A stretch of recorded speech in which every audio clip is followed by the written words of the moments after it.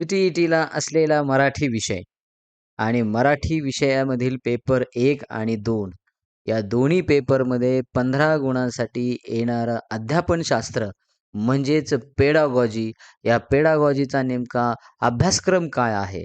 नेमका कशा पद्धतीनं त्याचा पॅटर्न असतो? कशा पद्धतीनं नेमका सिलॅबस आहे?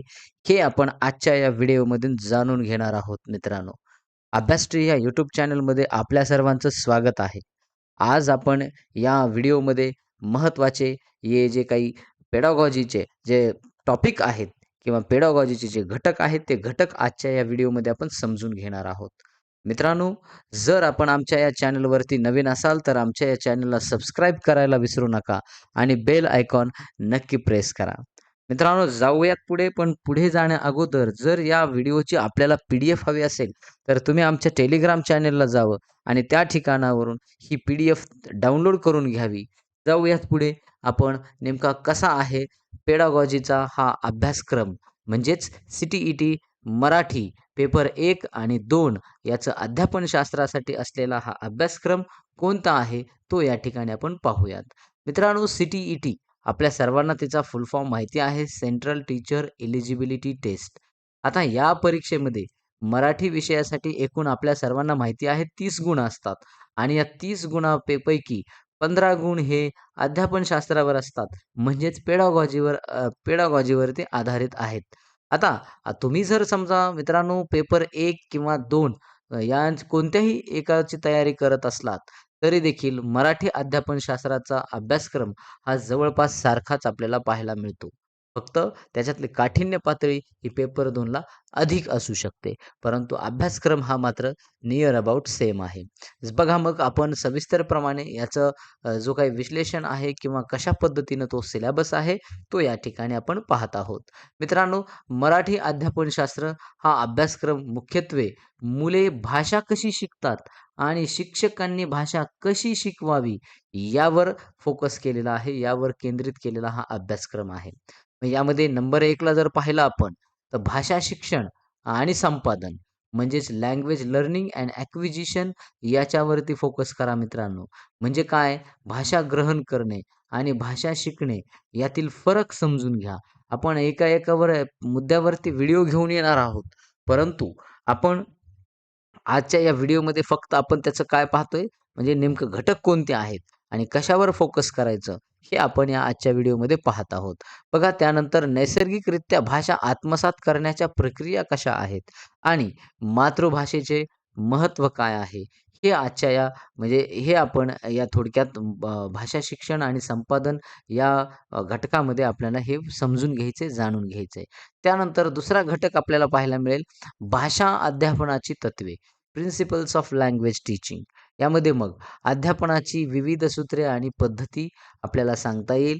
त्यासोबतच प्रेरणा आणि सवयी म्हणजे मोटिवेशन अँड हॅबिट फॉर्मेशन यांचे महत्त्व आणि त्यानंतर क्रियाशीलता आणि मनोरंजनातून शिक्षण हे आपल्याला दुसऱ्या घटकात पाहायला मिळेल म्हणजेच भाषा अध्यापनाची तत्वामधून. त्यानंतर ऐकणे आणि बोलणे यांची भूमिका म्हणजेच role of listening and speaking म्हणजे भाषेचे कार्य. त्यासोबतच मुले स्वतःचे मत मांडण्यासाठी किंवा विचार करण्यासाठी भाषेचा साधन म्हणून कसा वापर करतात, हे आपण म्हणजे थोडक्यात या टॉपिकमध्ये आपल्याला पाहायला मिळेल. त्याच्यावर तुम्ही लक्ष द्यायचे, तर तो भाग आपला कव्हर करून घ्यायचा आहे. त्यासोबतच व्याकरणाची भूमिका, भाषा शिकताना व्याकरणाचे महत्त्व, त्यानंतर संप्रेषण म्हणजेच कम्युनिकेशन करताना किंवा संप्रेषण करताना आणि मौखिक आणि लेखी स्वरूपात व्याकरणाचा वापर. त्यासोबतच व्याकरण हे साध्य नसून साधन आहे. हा दृष्टिकोन आपल्याला म्हणजे विद्यार्थ्यांना शिकवताना किंवा हे भाषा शिकताना तो त्यांच्यामध्ये रुजवायचा असतो आणि ते या घटकातून आपल्याला जाणून घ्यायचं आहे. सोबतच विविधतेने नटलेल्या वर्गातील आव्हाने म्हणजेच वेगवेगळे जे आव्हानं आहेत, डायव्हर्स क्लासरूममध्ये जे काही समजा चॅलेंजेस ऑफ टीचिंग लँग्वेजचे जे काही आव्हानं आहेत, ते थोडक्यात आपल्याला सांगता येईल. त्यामध्ये बहुभाषिक, मल्टीलिंग्वल वर्गात शिकवताना येणाऱ्या अडचणी, सोबत भाषेशी संबंधित त्रुटी म्हणजे काही एरर्स असतील आणि विकार, डिसऑर्डर्स लाइक डिस्लेक्झिया, डिस्ग्राफिया या पद्धतीनं आपल्याला सांगता येईल. त्यानंतर समावेशक शिक्षण म्हणजेच इन्क्लुझिव्ह एज्युकेशन आणि भाषा हे बी घटक आपण स्वीकारायचेत किंवा यामध्ये नेमकं काय-काय आहे हे आपण एका-एका घटकावर व्हिडिओ घेऊन येणार आहोत मित्रांनो. म्हणून मग आपल्या चॅनलला आपण सबस्क्राईब करावं, जेणेकरून रोज नवीन-नवीन व्हिडिओ आपल्याला या चॅनलवरती मिळतील मित्रांनो. बघा 6वा घटक आपल्याला पाहायला मिळेल भाषिक कौशल्य. लँग्वेजचे जे 4 कौशल्य आहेत, प्रमुख कौशल्य, तर हे कौशल्यांचा अभ्यास करणं गरजेचं आहे. त्यामध्ये मग श्रवण, भाषण सोबतच ऐकून श्रवण म्हणजे ऐकून अर्थ समजून घेणे. भाषण म्हणजे मौखिक अभिव्यक्ती. सोबतच वाचन म्हणजे वाचून अर्थग्रहण करणे आणि लेखन म्हणजेच लिखित अभिव्यक्ती. आता हे घटक जे आहेत म्हणजे भाषिक कौशल्यांचे हे 4ही कौशल्य नेहमी आपण लक्षात ठेवायचे याच्यावरती प्रश्न येत असतात.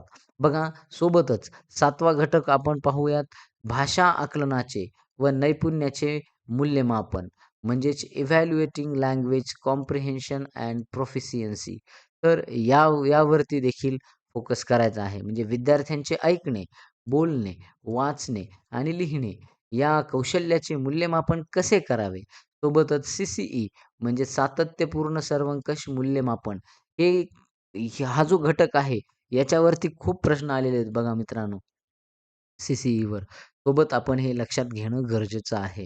बघा त्यानंतर 8वा आहे तो म्हणजेच अध्यापन, अध्ययन साधने म्हणजेच टीचिंग लर्निंग मटेरियल्स त्याला टी-एल-एम असंही म्हणतात. म्हणजेच मग त्यामध्ये पाठ्यपुस्तके, मल्टीमीडिया साधने, वर्गातील बहुभाषिक संसाधने हे लक्षात घ्यायचे. 9वा टॉपिक किंवा 9वा घटक आपल्याला पाहायला मिळेल उपचारात्मक अध्यापन, रिमेडियल टीचिंग. विद्यार्थ्यांच्या अडचणी शोधून त्यावर उपाय करणे. अध्ययन अक्षमता असलेल्या मुलांसाठी विशेष प्रयत्न. म्हणजे या गोष्टी जर आपण पाहिल्या, तर आपण हे 9 घटक आपल्याला त्यामध्ये महत्त्वाचे आहेत. सोबतच अभ्यासासाठी काही टिप्स या ठिकाणी आम्ही देतोय. ते म्हणजे विचारवंताकडे पहा. म्हणजे जे विचारवंत आहेत, या विषयाच्या तयारीसाठी खालील मानसशास्त्रज्ञांचे भाषेविषयीचे विचार आपण वाचायचे आहेत. म्हणजे नोम चॉम्स्की आहेत, यांचं भाषाग्रहण यंत्र, त्याला आपण एल-ए-डी म्हणजे लॅड, लँग्वेज ॲक्विजिशन डिव्हाइस. त्यानंतर लेव वायगोट्स्की, सामाजिक आंतरक्रिया, सोशल इंटरॅक्शन. जीन पियाजे, विचार आणि भाषा म्हणजे थॉट अँड लँग्वेज. त्यासोबतच बी-एफ स्किनर यांचं इमिटेशन म्हणजेच अनुकरण हे आपण वाचायचे. सोबतच आपण सकारात्मक दृष्टिकोन सोडवत ठेवायचा आहे. सी-टी-ई-टीमध्ये प्रश्न सोडवताना नेहमी विद्यार्थी केंद्रित उत्तराची आपण निवड करायची म्हणजे चाइल्ड सेंट्रिक जे आहे थोडक्यात ज्याच्यामध्ये विद्यार्थ्याला पॉझिटिव्ह दिलेला आहे, तो तो काय करायचा आहे पॉइंट आपण निवडायचा आहे. तो उत्तर आपलं 100% असणार आहे. मुलांच्या मातृभाषेला नेहमी सन्मान आणि प्राधान्य आपण द्यायचं आहे. म्हणजेच आपलं ते उत्तर मातृभाषेला जर समजा प्राधान्य देणारा एखादा पर्याय असेल किंवा मातृभाषेचा सन्मान करणारा एखादा पर्याय असेल, तर तेच उत्तर असतं मित्रांनो. अशा प्रकारचे काही प्रश्न असतात आणि त्यासोबतच प्रिव्हियस इयर क्वेशन्स म्हणजेच मागील जुन्या प्रश्नपत्रिका आपण मराठी पेडागॉजीच्या म्हणजे जे काही प्रश्न आहेत, ते सोडवणे हा देखील सर्वात उत्तम सराव आपल्याला पाहू शकतो. तर बघा मित्रांनो, या व्हिडिओमध्ये आपण हां, पेडागॉजी म्हणजे 15 मार्कासाठी जी पेडागॉजी असणार आहे, म्हणजे याला अध्यापनशास्त्र म्हणतो. तर ह्याचे जेवढे काही आपण आता या ठिकाणी म्हणजे घटक पाहिलेले आहेत, त्या एका-एका घटकांवरती आपण व्हिडिओ घेऊन येणार आहोत. बघा, म्हणजे 9 घटक आहेत. या 9 घटकांवरती यासोबतच ज्या अध्यापनाच्या ज्या पद्धती आहेत, त्या पद्धती देखील आपण घेऊन येणार आहोत. म्हणजे हे जे जे काही महत्त्वाचे आपल्या डी-एड आणि बी-एडच्या अभ्यासक्रमात असलेले जे महत्त्वाचे घटक आहेत, जे की परीक्षेला येतात, याच्यावरती सुद्धा आपले व्हिडिओ इथून पुढे या आपल्या चॅनलवरती देखील पाहायला मिळणार आहेत. त्यासाठी तुम्ही रोज आमच्या चॅनलला फॉलो करत राहा. आमचे व्हिडिओ नवनवीन जे आहेत ते पाहत चला. सोबतच आपल्याला जर मागची काही अडचण असेल, तर आम्ही टी-ई-टीसाठी म्हणजे महा-टी-ई-टीसाठी भरपूर प्रमाणात जवळपास 50+ व्हिडिओ आपल्या या चॅनलवरती केवळ महा-टी-ई-टीचे पाहायला मिळतील तुम्हाला. म्हणजे यामध्ये आपल्याला थोडक्यात 15 मार्क घ्यायचेत. 15 पैकी म्हणजे 30 मार्कापैकी 15 मार्क जे आहेत हे तुमचे फिक्स आहेत. हे जर तुम्ही अध्यापनशास्त्र म्हणजे पेडागॉजी तुम्ही जर व्यवस्थित मन लावून केली, तर हे 15 पैकी 15 मार्क तुम्हाला पडतील आणि बाकीचं कंटेंटवरचे जे 15 असतील, त्यातले कमीत कमी तुम्ही 10 मार्क म्हणजे 25 पैकी सॉरी 30 पैकी 25 मार्क्स किंवा 25 ते 26 मार्क्स तुम्हाला सहज या ठिकाणी मिळू शकतात. यासाठी आपण म्हणजे ही पेडागॉजीचा थोडासा अभ्यास मनःपूर्वक करा. तर या ठिकाणी आपण थांबतोय. Thank so much. भेटूयात पुढच्या नवीन व्हिडिओसह.